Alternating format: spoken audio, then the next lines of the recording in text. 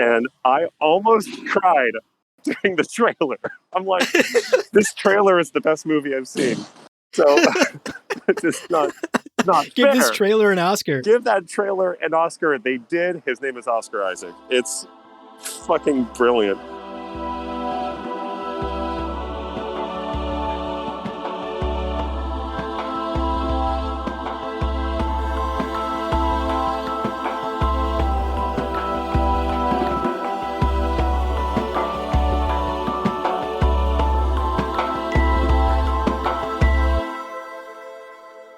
Hey, Gom Jabbar listeners, it's Abu, and normally this is the part where Leo would say, and this is Leo, but right now, Leo is actually at the theater, sitting in an IMAX theater, watching the first 10 minutes of Dune, and I am not. Instead, I'm here talking to you while I wait for him to get out of that theater and give me a call. And he is going to give us the inside scoop on what was shown at this preview event. We know for certain that they'll be showing the first 10 minutes of the movie, and they'll get to see an early preview of the trailer that all of us will be getting tomorrow. So since I couldn't get to go, I've asked Leo to give me a call as soon as he steps out of that theater so that we can talk about it, and we'll be recording the entire thing and sharing it with you, all of our wonderful, wonderful listeners. So his call should be coming in at any minute.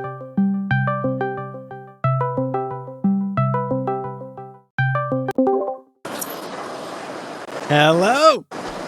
Can you hear me? Oh yeah, I can hear you, buddy. I cannot hear you. Hold up. I cannot hear you. Technical issues. Oh, I had you. Oh, wait. There you are. You got me now? I had you. You got me now? Oh my God. Dude. Oh my God. I mean, look, you got to do the talking here. Tell me everything. I have like... What are you feeling right now?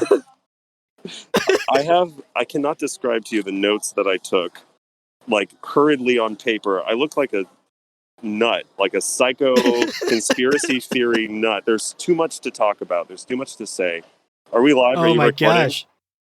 I've been recording this entire time, including our technical difficulties. Thank God. This is raw, baby. This is raw. Unfortunate. Yeah. Okay, so well, let me... Hold on. Walk me before we get into the actual Dune of it all. Yeah. Walk me through your emotions right now. Like, use some feel statements. God. What are you feeling? Okay. So before we get into the intellectual, I like that. I'm, in my feelings. Tremendously excited. I mean, I'm physically shaking. It's handled so well. There's so much to love and pick apart from what I saw just now. My hype for this movie was already at an almost criminal level, and now it really feels like a felony. Like it's really like an established. Man. It's not fair for me to be this excited about something amazing in life.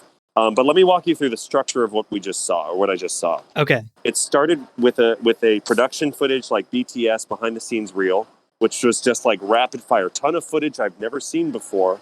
And I gotta say, I won't get into it yet. and then we had Timothée Chalamet, Sweet Timmy, the sweetest of Dukes, Paul Atreides, welcomed us to the theater personally. No, it was video of him. And then he introduced the first 10 minutes of the movie right away. Boom. Saw the first 10 minutes of the movie. Oh my gosh. Okay. Again, I'm shaking. Then we got back to Timothy, and I had missed him. So it was nice to see him again. He introduces Denis Villeneuve. Denis Villeneuve just immediately like, hey, you want to see that scene with the fucking spice worm eating the spiced harvester? Here you go. Enjoy. So right into seeing that whole scene, which is no way bonkers. And then back to Denis, and he's like, wasn't that fucking nuts? Now, here's me talking with a German dude. We get an interview between him and Hans Zimmer talking about the score of the movie. And then right back to Denis, and he goes, you know what? You've waited long enough. We've teased it long enough. Time to drop that hot trailer on you.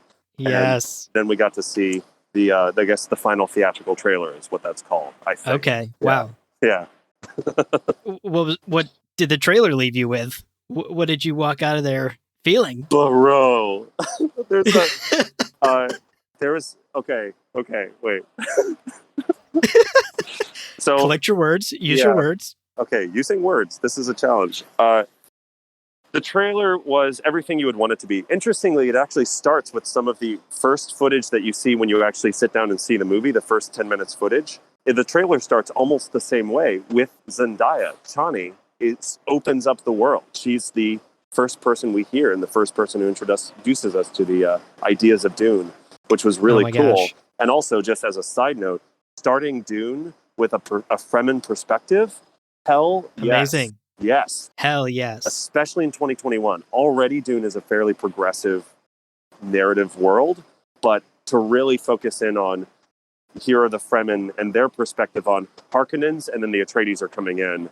What are these next people going to be like? It's amazing. I love it so much. But in the trailer, we get some really great little moments of comedy and levity with different characters. We get a line. There was some conversation on Twitter about Oscar Isaac as Leto Atreides and the sort of acting potential of this role for him. There is a line in the trailer where he's saying to Paul, you know, like Paul's like, what if I'm not going to be the future of House Atreides? Like, what if I can't carry this mantle that's being demanded of me? And of course, we know with Paul's prescience that this is a much bigger question than just the words he's using with his father in that moment. And fucking Oscar Isaac says to him, if you are given this opportunity or if the door is open to you and you decide not to walk through them, you will still be everything I've ever needed you to be, my son. And I almost cried during the trailer. I'm like, this trailer is the best movie I've seen.